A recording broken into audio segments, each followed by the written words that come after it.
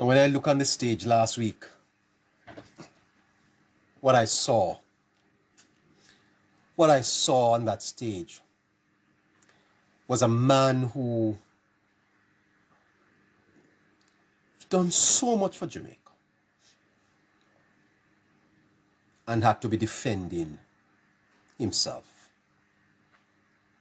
Well, Mr. Hollis, I'm telling you tonight, sir, your supporters are 100% behind you. Jamaicans do not want to see your government out of power. And they will turn out tomorrow in numbers never seen to re-elect your government.